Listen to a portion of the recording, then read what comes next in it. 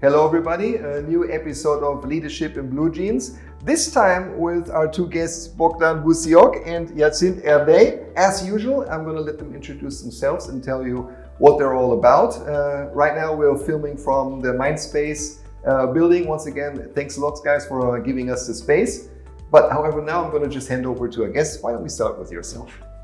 Thank Bogdan. you. I'm glad that you invited me here. Briefly, I'm an HR manager. It's the role that I like to do the best. Taking into consideration my background, it's a little bit challenge. It was challenge at the beginning, but now I think I'm in the right place, in the right role, let's say. So just have to deal with all kind of situations. Yeah, we didn't know that you mentioned it. Let's just briefly mention what's your background. Okay, my background it's a little bit different than the others professionals from HR. I was a police negotiator to Bucharest Police Department. So during 5 years, I was negotiating with almost 200 cases, 200 persons. Some of them, it was the same person, so 6 or 7 times I think I negotiated with the same person in 1 year because they just asked for... No, it was something like Stockholm Syndrome, when the person in crisis asked specifically for me to come to the place to negotiate with me. Yeah. And at one point I said, this is enough. Come on, so get down from over there because it's the 7th time that I'm coming here for you. So basically, I'm a police officer. I'm a negotiator, and after that, I became HR director. Yes, in the end, yes. All right, thank you for that. Let's quickly hear from you. Yeah, thank you as well for the invitation. My resume is not as colorful as Bogdan's. I'm a communications guy through and through. Right now I am the marketing manager at Amber, our, I could say, definitely Romania's biggest indie game development studio. I have over 20 years of career in video games. I started as a journalist. I was working back then at publication. Back then, when I say back then, I mean when we're still reading printed press for PC games. I went on to radio, which remained one of my biggest loves, and slowly but surely transitioned into PR and marketing, worked with the biggest names that are present in Romania, Ubisoft, Bandai Namco, PlayStation, you name them, I communicated for them. And right now, let's talk about leadership, I guess. Enough about me. Right. Well, anyway, I would say, you were saying it's not impressive. Of course, without you, Romanians would have no fun. They would have a lot of fun, but they wouldn't read so much about how much they are having. Right. Okay, so you two have very different backgrounds, but I think that's pretty cool because I wanted to talk with you today about the fact that we know that as managers, we would be nothing and we would be achieving nothing without our team. Yeah. That kind of consequently means that the better the team, the better is our collective achievement. Now, I have seen my share of dysfunctional teams in my day. I'm sure you did too. But I'm also sure that both of you, successful that you are, you have figured out your ways of how do you create an outstanding team. So let's discover this a little bit. Any one of you who maybe wants to give it a start from their experiences where you go like, that's mine. I say these are my top 3 things that I'll always, the mistakes that I made I never make again. Or, these are the things that turned out to be the most successful decisions I've ever made in that regard. If I may start, in my opinion, not only 3 mistakes, I did a lot of mistakes because it's not like a secret formula that you can have and you can read it and you can apply it in your team because people are different. So every single team member is different. He has or she has his own personality. So you as a leader, you have to know how to cope with this, how to deal with different kind of personalities, women, men, because even if they are differently, totally differently. So I saw strong women, and I saw men that they were very emotional. So even doesn't matter that if she's a girl or a man, but in the end you have to know how to deal with each one of them personally, and to find a way to communicate and to understand them and to be understood, because after that you can create a relation. So first thing that you have to do is just listen. So just listen. After that you get to know each other and to build a relation. So first thing. Jacint? Yes, I completely agree with Bogdan, because as we were discussing before we started rolling the camera, leader is nothing without its team. And I learned this through all the experiences I had. I had the opportunity to work with senior members, but also to raise people from junior level, intern level up to seniority, and also taking my place in some cases. And next to listen, the second thing I do is ask if they are liking what they are doing. At least in communication, this is really important. And I believe not only in communication, you have to like what you're doing, because otherwise, sooner or later, at one point or another, you will find yourself in a situation that will not help you, not help the company, not help the team. You will wake up maybe too late that you would have liked to do something else. You would have been better at something else. And this is usually the first question I always put, no matter the seniority. After I listen to them, their experiences, what they want to achieve, I ask them, do you like what you are doing? Do you like marketing? Do you like communications? And if they tell me, yeah, I would rather prefer to be in the music. I had some cases like this, or I would rather be content creator. I'm trying to see how I can help them achieve their dream. And I've seen this working. And so far I haven't seen a lady or a guy who made performance in communications without liking this field. So as far as I can see, so as a side effect, you also get to know really, really well what are the actual skills of everybody. Yeah. And that in turn, I guess, would be incredibly valuable to figure out, can this team be successful from a skills basis? Yes, can be, but you have to measure well and to see if your environment will provide you the opportunities to make the change in your environment, because otherwise you have to, help them in order to achieve their desire maybe in another company. And that's not something easy to digest, to understand as a leader. But in the end, if you want the better of that person, that man will appreciate you after that, because you help him to rise somewhere else, because your environment is not fit for him, probably. That makes sense. So this is one lesson that I learned, and I applied wherever I can have the opportunity to apply to raise people, to see if I can adjust things in order to develop them in the company and to grow, of course, to develop them.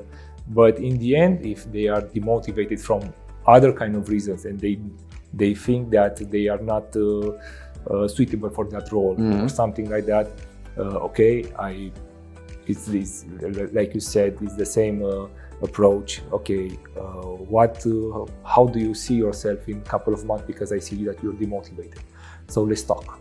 Let's talk openly, because if we are covering this part, we are just missing the point.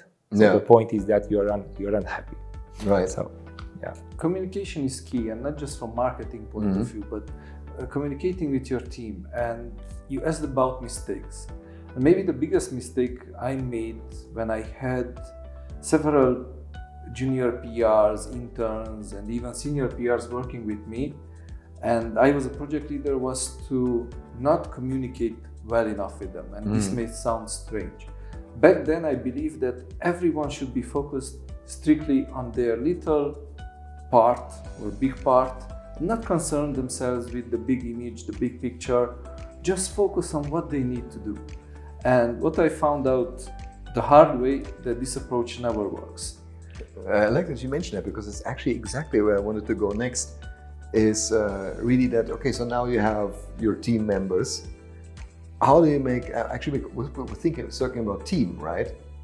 And that doesn't mean, I'm sure you agree, but if not, please say so. That doesn't mean that everybody is a fantastic silo, right? Yeah. So it's a little bit about, how can, a team, the members of a team actually fully trust each other, that everybody does their part so that they achieve the goal that they actually want to achieve as a team and not as an individual. Would you say? Would you agree with that? Yeah, I fully agree. Yeah. So one of the first things, for example, what I'm doing when I'm recruiting people, the competences, we can measure them, some tests, but the first thing that I want to see is their humble part, the modesty. If the ego is too high, as a person, in time, depending on the companies, of course, but you will have a lot of misunderstanding in the team, because the ego, if it is so high, that means that maybe he wants more, he needs more attention than the others, so the frustration can appear in the team. So the first thing that I try to reach, to find out, to question is how human you are as a human being. Because in the end, actually, it's a good thought. In the end, we are humans. Professional, we become after a while, after 1 year, 2 years, or a couple of months, depending on the setup that you're having in the company.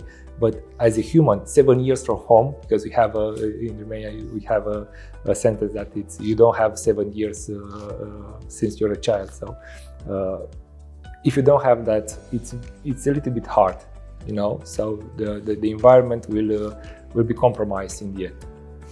And also, big ego presents a risk, because sometimes a big ego leads to kamikaze action. And I've seen this during my time in the agency. When you give clear instructions, you're past the part, you understood that everybody needs to know the whole picture and their role in it.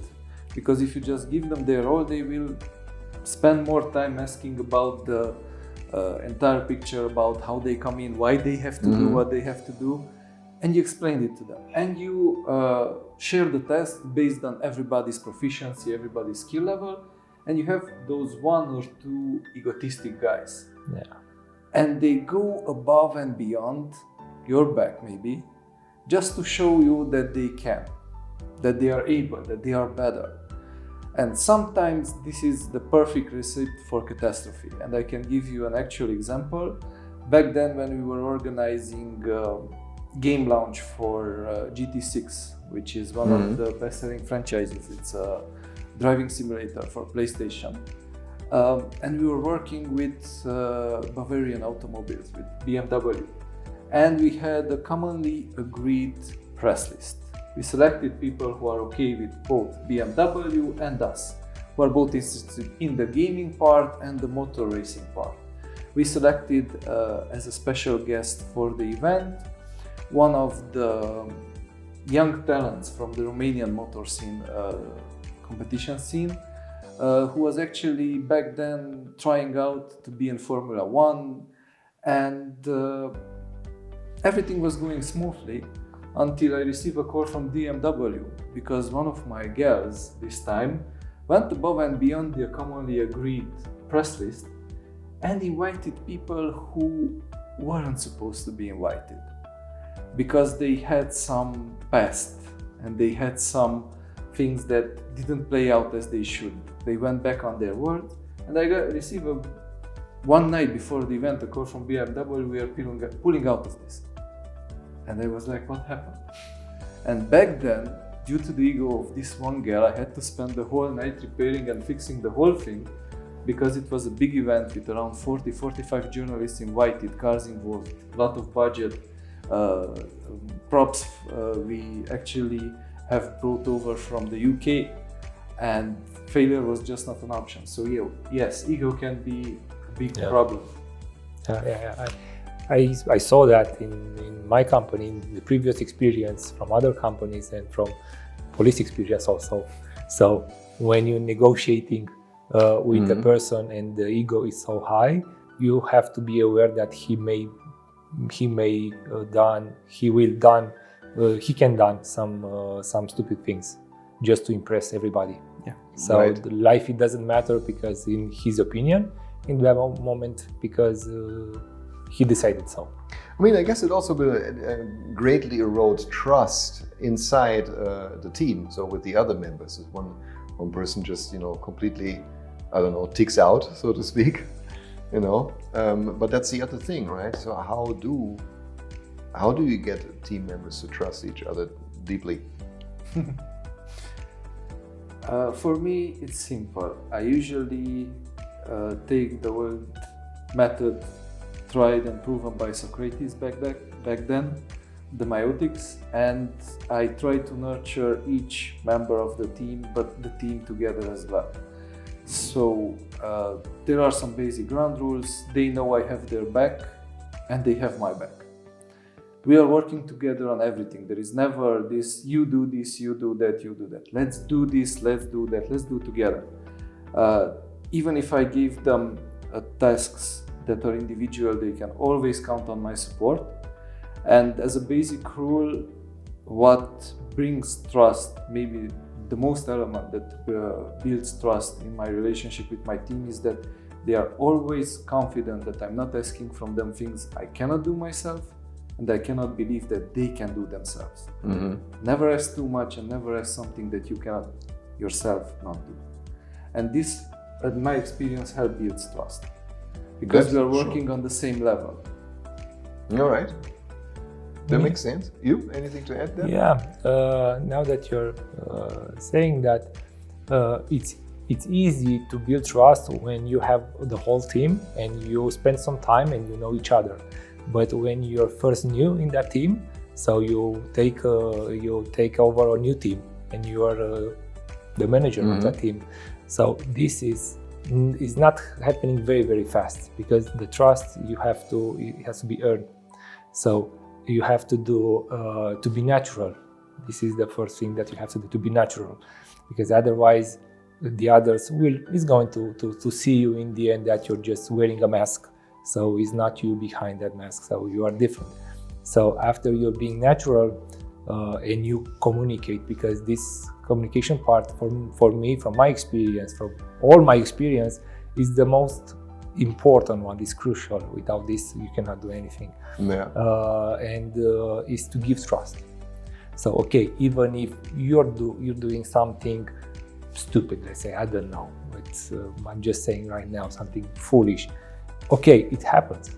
The most important part is to learn from your mistakes and to see that I got your back. Okay, from many points of view, but I will back you up. I will help you to deal with that. Okay, let's go further. It's a mistake. It happens. Who doesn't work cannot. It doesn't have. It's not possible to don't have mistakes. So it's just give them trust, your trust, and if it's necessary, you can let your guard down as a human being. Okay, as a professional, as a manager, you're a manager and you'll always be a manager because this is your role. But as a person, you can leave your guard a little bit down in order for them to see your human part, not professional one, because they are tired of professional and another manager, somebody else is coming to our team. So this boss, let's see how this is going to be and to end with him in time. But no, as a human being, if they will see you as they are, so I think this helps a lot in building trust. You know what I was just thinking, as back to where your background was, as the unit that goes into, let's say, a hostage situation, and you need to. So I think there's this team that agrees that the highest goal is to get everybody out. Safety first. Yeah, that's what I mean. So Yeah. we keep them safe. Yes. Now, in the end, you want to resolve the situation. That's the goal, Yeah. Yeah. without anybody dying. Yeah. Which means you have all these different specialists. One is, of course, the negotiator. Probably also have a couple of negotiating consultants, I guess. You probably have people who keep an eye on the different kind of targets. You have lots of communication going on. Yeah. That's how I imagine it. Yeah. Yeah. Something like that. So everybody is a bit of a specialist in what they're doing, but everybody is working towards the same goal. Yeah. How do you bring this kind of spirit and mindset into the business environment inside teams? Because they're focused on the most holy outcome, so to speak, and not on whether they look good individually. Yeah. That means that you have to share with them your vision or your target or your goal or whatever, depending on the form that this can be, depending on the target from the general director or the group or whatever is happening over there. If you share the vision and you make them understand the vision, it is not necessarily your vision, but it's the vision that the company will have on that aspect. I don't know, that goal. That's one thing that you can do in order to raise awareness regarding that. Of course, the next step is the other question: what's in it for me? Okay, what's in it for me, for your team guy, to come with you in this journey to achieve the vision, or your vision, or his vision, doesn't matter who, but what's in it for me? So that's the second question that I have as a leader. I have to answer myself, what's in it for him to join me, join our role together to achieve what we want to achieve. So you have to find what's in it for them. So it's not about remuneration. It's not about. It's about feeling great of that if you achieve that. So the emotion that you will have in the end, knowing that you participated to that big project, it will be maybe your personal achievement. Maybe you'll be project manager. Okay, I'm a manager of the team, but I can delegate that to be somebody else from the team to be project manager and to be somehow responsible for the entire project. The safety is me, and I mean his back, but he's in the first line over there, and he's trying to, with mistakes, with a lot of work, with hours spent, maybe overtime, maybe just to be aware that he's doing the right thing, and in the end, the results will appear, a positive one. And I think you said something quite important there about formulating this kind of vision, and probably then in the end also what has been talked about so often in the last couple of years, the why. So why are we doing what we're doing? But I think it's also, isn't it a lot harder to, there's a big difference between being able to express what it is that we want to achieve as a team and then actually connecting everybody with that. So you can as a leader, you can say that's what we want to achieve, but it doesn't mean that if you're on my team that you feel just as passionate about that as I do. So how do we check that? How do we connect people with this kind of why, this purpose? It's the same question with the company culture, because we know a lot of companies adopted values as means to help people converge towards the same goal. And often the company's values might not be the same as your personal values. And this is a very hard experience and a very hard thing to do, because you have to show people their place in the big scheme, where they come in. You have to give them feedback, you have to give them credit. And yes, it's not often about remuneration, but it remains a big part of it. Yeah. Because most of us work for the income. And if we manage to find the happiness and fulfilling in what we are doing, we are the lucky few. But not everybody is like that. And explaining that role that each and everyone has to play, and how the values, the vision, the mission of the company impacts our day-to-day life at work, it's actually pretty hard. I'm still disseminating this information, for example, right now in my current team. I have them aligned on what they need to do. They have their They own have clarity, tasks. you mean? Yeah, they have clarity, but we are still figuring out exactly how the values play an important role on their day-to-day activities and how those values translate into action. Some of them, like teamwork, is quite self-explanatory because we can achieve much more in team than alone. But also you have humanism. Humans and employees come first. And that's okay, again, easy to explain. But when you have Kaizen, which means improving yourself from day to day in each and every task you do, now that's a bit harder to explain to most people. That what is Kaizen and how you apply Kaizen in your day-to-day work. Kaizen. Kaizen, yeah. Okay. Sorry, did you want to say something? You looked like you were waiting. No, please. There was something that I wanted to ask actually about that. Not about Kaizen, but about another thing.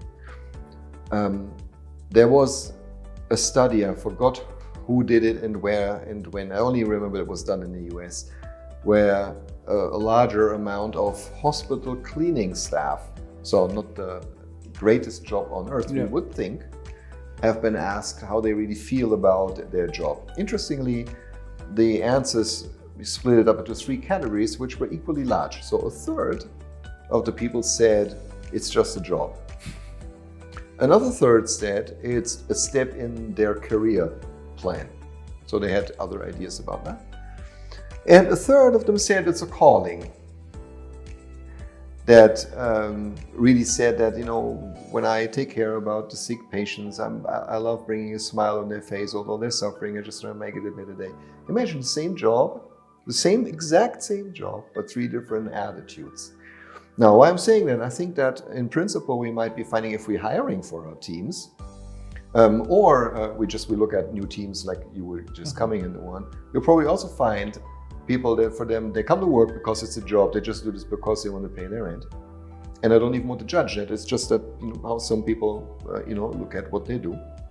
For other one, it's a career step, so they do focus on what they're doing, but with the ultimate goal of moving on. And then the third one saying that's exactly where I need to be.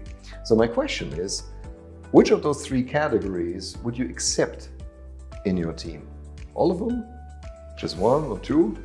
I think all of them, in my opinion, because each one of them has his place in the team, depending on the project, depending what you have to do. If you have, a lot of documents just to put in the system, so the person think that this is just a job, that's the perfect guy to just put a lot of documents, the paper in the system just to scan and save and so on, because this is what in the end he just want the money to pay the rent, like you said. So depending, if I want to have people in my team, I want to be mixed. Because if you have only person with energy, a lot of energy, at one point the energy will blow. So it will create an explosion of energy, and that's, you can deal at the beginning, you can deal in the middle of the phase. But in the end, when everybody wants to achieve more, where you are going to go with that team? Because the company maybe don't give you the setup to be so innovative. It's, I don't know, not an IT or marketing or something where the creation can be high as the sky. Maybe you work in a warehouse, for example. That's nothing to move stuff with the forklift. So that's everything you have to do. So if you are so brilliant, maybe, okay, you can improve something. That's also fine. But how many things you can improve in a warehouse? So, okay, if we are looking to the Amazon or other companies, you can. Somebody build $1 billion business around exactly that question. But anyway, so understood. How would you answer the question? For me, it's a bit different because I have to think about a specific team. In marketing and in communication, being is just a job won't cut it. Because being just a job may end in a result that just doesn't hit the mark. Communication is a delicate thing. It's somewhere between science and art. Marketing, since the Facebook and Cambridge Analytica experiment has shown us, have become more and more scientific, it's still a fine line there. So I need people committed. I need people, as I was saying in the beginning, who like what they are doing. If they don't, I try to help them to find a position that they would much rather enjoy. Because in my team, I also leave people quite a bit of freedom. So they can come up with their own ideas, they can come up with ways that may prove me wrong or improve on the way I do things. And I need that enthusiasm from them. I need that go-get attitude. I've seen people actually, I was one who at one point was in the third category. Okay, it's just a job. And I was suffering, the company was suffering, my clients were suffering, because I couldn't give my whole attention. I was just doing my job. Nobody was happy. Nobody was happy, and it didn't work. So for me, it would be the two categories. Without, it's just a job. Interesting, because I actually seriously I was thinking the same. That there is, you're right too. So in the sense of that, there are just a couple of jobs for which it's completely fine if somebody doesn't love it, as long as they're coming and they're doing it. Yeah. From a business perspective, at least, that's going to work. The question is just, would you, I don't know, give somebody a responsibility on something that, I don't know, maybe matters or could have consequences when it goes wrong, that, wouldn't have a bit of a more of a dedication and maybe even a passion for what they're doing. So, you're hiring someone, a new, I don't know, PR manager, for example. And so if let's imagine now there's some tough time coming, something that is going to make his job really, really hard. And for him it would just be a job and he would go like, man, it's 4 o'clock, I'm going to go home. There's a big communication crisis out there. You think the company would have a really big problem, wouldn't they? Right? Also, I completely agree with Bogdan's perspective from a general point of view, from a HR point of view. Yeah, me too, from that point of view. But from my specific point of view, for example, Amber has studios on 4 continents. And I have a team in 2 or 3. Basically, each member of my team is self-empowered. They have to be able to take some decisions, to make some steps, because being in 3 or 4 continents means that we are working on 4 different time zones. And I'm not always available at 3 or 4 in the morning. I have a bad habit of sleeping. So basically, if there is a crisis, they have to be able to figure it out. And I don't need someone who says, the head of marketing was sleeping, it's not my job, I'm not gonna do it, it's his job. Right. No, I want each and one of them to have the responsibility, not more than they can carry or not more than they need to, but if the occasion appears, they have to rise to it. Yeah. So unfortunately, we already get close to the end of the time that we have. Already? Well, one last thing, because you actually mentioned that. You said responsibility, but I think you meant accountability. Somebody feels accountable. How important is that in a team, among team members? Is it important from your point of view that team members hold each other accountable, or is that the job of the manager to hold everyone accountable? Not each other, but themselves. I don't like policing them. I don't like policing each other. I basically have this relationship, as you said, based on trust. If I gave them a task, it's important that they know it's up to them to do it. If they give them a brief and it's too hard, they have to say something, and we will figure it out, we will discuss it. But they first and foremost are accountable in front of their own self. I did this good. Yes, the feedback will come. the appreciation will come, but I don't want to develop these Pavlovian reflexes where we do this only to get the good feedback. In order to thrive and evolve, and even on a business ladder and with the career, they have to be responsible for themselves, because that's the way to reach the management positions. No one has to come and check up on you. It's up to you to do your job, to do it well. And if you make this a habit, you will not have problems in the future, and your professional evolution will be a remarkable one. That's what I believe in. All right, Bogdan, what do you think about this question? I think you're right. In the same time, I see something extra, that if this is your environment, so I understand it fully. As an HR, we having different experience in different companies, I can say that this can be a little bit different because depending on what is the specific of the company. Yeah. Okay. For example, you're absolutely right. They have to be 100% on their feet to take their decision and to take responsibility in their hands and take action not to mess up the project or something.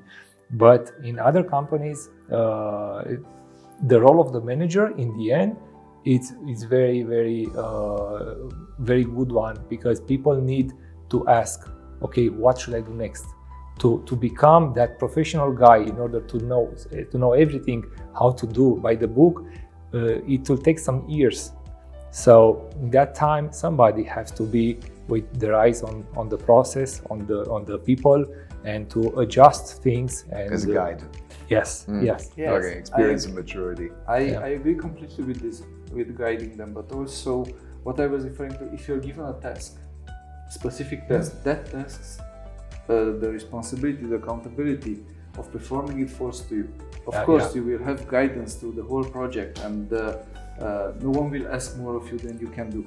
But what I learned during my experience is that the only thing that keeps you on your toes is being accountable in front of your superiors or your colleagues. It's not going to work, because at one point you will slip up. If you're accountable for yourself, for the actions you were given, it's much easier to keep things in control and to evolve. That's true.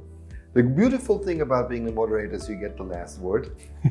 I'm going to use that now and say that I add that there's no great team where team members don't hold each other accountable too.